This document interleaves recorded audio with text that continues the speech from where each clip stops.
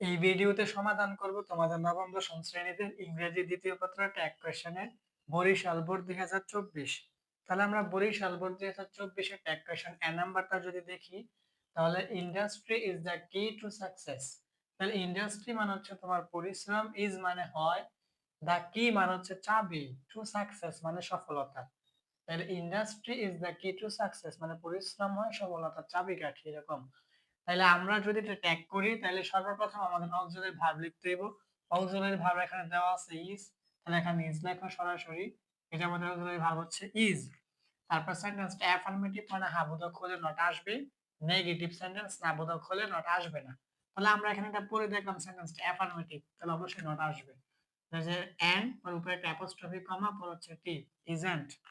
তারপরে আমাদের সাবজেক্টের প্রোনাউন লিখতে হবে। আমাদের সাবজেক্ট হচ্ছে ইন্ডাস্ট্রি মানে পরিশ্রম, তাহলে এইটার আমাদের প্রোনাউন হইব ইট, প্রোনাউন হবে ইট।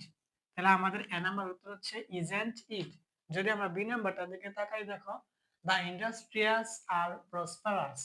দা ইন্ডাস্ট্রিয়াস মানে হচ্ছে পরিশ্রমীরা, এখানে কিন্তু একজন না, দেখো এখানে কিন্তু আর আছে। প্লুরাল সাবজেক্ট হলে কিন্তু আমাদের আর হয়, সিঙ্গুলার হলে কিন্তু ইজ হইতো। দা ইন্ডাস্ট্রিয়াস মানে পরিশ্রমীরা, মানে সকল পরিশ্রমীদেরকে একসাথে বুঝাইছে। আর মানে হয় প্রসপারাস মানে হচ্ছে উন্নত।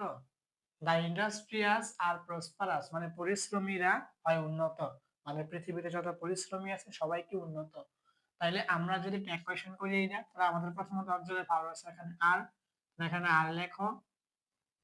তারপর আমরা এটা দেখলাম সেন্টেন্সটা আমাদের অ্যাফার্মেটিভ, তাহলে আমাদের নট আসবে, তাহলে নট লেখো। আরেন্ট।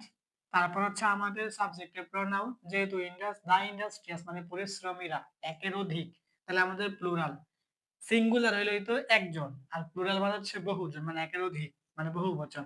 তাহলে যেহেতু একের অধিক, তাহলে আমাদের সাবজেক্ট এটা দে। তাইলে আমাদের বি নাম্বার উত্তর হচ্ছে আরেন্ট দে। এখন আমরা সি নাম্বারটার দিকে তাকাই। দে হার্ডলি সাফার ফ্রম পভার্টি। তাহলে দে মানে হয় তারা, হার্ডলি মানে খুব কদাচিৎ বা খুব কম, সাফার মানে হচ্ছে ভোগা, ফ্রম মানে হতে বা থেকে, আর পভার্টি মানে হচ্ছে দারিদ্রতা। তাহলে দে হার্ডলি সাফার ফ্রম পভার্টি, তারা খুব কদাচিৎ বা খুব কম দারিদ্রতায় ভোগে। কারা মানে যারা পরিশ্রম করে। তাই খুব কদাচিৎ বা খুব কম দারিদ্রতায় ভোগে মানে এরা দারিদ্রতায় ভোগে না, বেশিরভাগই ভালো অবস্থায় থাকে। এটাই বলতেছে যারা পরিশ্রমী তারা খুব কম দারিদ্রতায় ভোগে। তাহলে এইটা যদি আমরা এখন ট্যাগ কোয়েশ্চেন করি, তাহলে আমাদের এখানে কিন্তু অক্সিলারি ভার্ব নাই, তাহলে আমাদের এখন মেইন ভার্ব আছে এখানে সাফার। এই মেইন ভার্ব দেখে আমাদের বুঝতে হবে সেন্টেন্সটা কোন টেন্সে আছে। যদি আমাদের প্রেজেন্ট টেন্সে হয় তাহলে ডু হইব অথবা ডাজ হইব, আর যদি পাস্ট টেন্স হয় তাহলে আমাদের ডাইরেক্ট ডিড হইব। বুঝা গেছে? যদি সেন্টেন্সটা প্রেজেন্ট টেন্স হয় তাহলে ডু অথবা ডাজ, আর পাস্ট টেন্স হলে ডাইরেক্ট ডিড। এখন মেইন ভার্ব দেখে আমাদের বুঝতে হবে কোন টেন্সে আছে। দেখো মেইন ভার্ব কিন্তু এটা সাফার, আমাদের কিন্তু এরকম থাকতে পারতো S U double F E R E D, এরকম সাফার্ড। যদি আমাদের এরকম ইডি থাকতো তাহলে আমরা বুঝতাম সাফার্ড মানে ভার্ব টু, মানে পাস্ট টেন্সে আছে। যেহেতু আমাদের এখানে ইডি নাই, শুধু সাফার, মানে এটা আমাদের ভার্ব ওয়ানে আছে, মানে প্রেজেন্ট টেন্সে আছে, তাহলে আমাদের ডু অথবা ডাজ হইব। এখন মেইন ভার্বের সাথে এস বাই এস থাকলে ডাজ হয়, আর এস বাই এস না থাকলে ডু হয়। যেহেতু এখানে এস বাই এস নাই, তাহলে আমাদের ডু হইব এখানে। তাহলে আমাদের প্রথমত হচ্ছে এখানে ডু। তারপর দেখো সেন্টেন্সের মধ্যে একটা শব্দ আছে হার্ডলি। ট্যাগ কোয়েশ্চেন করতে গেলে আমাদের কিছু শব্দ আছে, যেমন hardly, scarcely, rarely, few, little, seldom. এই শব্দগুলো, এই hardly, scarcely, rarely, few, little, seldom, এই শব্দগুলো থাকলে সেন্টেন্সটা নেগেটিভ অর্থ দেয়। তাহলে সেন্টেন্স যদি নেগেটিভ অর্থ দেয় আগে থেকে, তাহলে আমাদের নেগেটিভ সেন্টেন্স হলে নট আসে না, তাহলে নট এখানে আর আসবে না। তারপরে আমাদের সাবজেক্ট দেওয়াই আছে এখানে সরাসরি দিয়ে, তাহলে এখানে দিয়ে লিখে দাও। তাহলে আমাদের সি নাম্বার উত্তরটা হচ্ছে ডু দে, শুধু ডু দে। এখন আমরা ডি নাম্বারটা দেখলে কি হবে, দেখো অন দা আদার হ্যান্ড মানে হচ্ছে অন্যদিকে, আইডলনেস মানে হচ্ছে অলসতা, ইজ মানে হয়, এ মানে একটি, কার্স মানে হচ্ছে অভিশাপ। তাহলে on the other hand idleness is a curse, মানে অন্যদিকে বা অপর দিকে অলসতা হয় একটা অভিশাপ।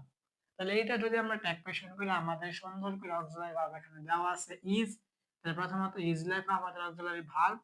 তারপর দেখো আমাদের এখানে on the other hand idleness is a curse, এখানে কিন্তু কোনো নেগেটিভ ওয়ার্ড নাই, মানে এটা অ্যাফার্মেটিভ সেন্টেন্স। তাহলে আমাদের নট লিখতে হইব, তাহলে নট লেখা। তাহলে আমাদের হচ্ছে ইজেন্ট। তারপরে আমাদের সাবজেক্ট হচ্ছে এখানে আইডলনেস। আইডলনেস অর্থ হচ্ছে অলসতা, এর একটা নাম শুধু। তাহলে এটা তুমি সাবজেক্টটা ইট লিখে দিবা। তাহলে আমাদের ডি নাম্বার উত্তর হচ্ছে ইজন্ট ইট। এখন আমরা ফাইনাল কোয়েশ্চেন মানে ই নাম্বারটার দিকে তাকাই। দেখো দা আইডল মানে অলসরা, এটা বুঝতে হবে কিন্তু। শুধু আইডল হলে বুঝতাম যে অলস ব্যক্তি একজন বুঝাইতো, কিন্তু এখানে বলতেছে দা আইডল মানে অলসরা, সবাইকে বুঝাইছে, এটা খেয়াল রাখবা। শুধু আইডল থাকলে আমরা বুঝতাম অলস ব্যক্তি মানে একজন বুঝাইতো, কিন্তু এখানে দা আইডল মানে হচ্ছে অলসরা, মানে অলস জাতিকে মানে সবাইকে বুঝাইছে। ঠিক আছে। সেলডম মানে খুব কদাচিৎ, প্রসপার মানে হচ্ছে উন্নত বা উন্নতি। তাইলে দা আইডল মানে অলস জাতি বা অলসরা, সেলডম মানে খুব কদাচিৎ, প্রসপার মানে উন্নত বা উন্নতি হয় এরকম।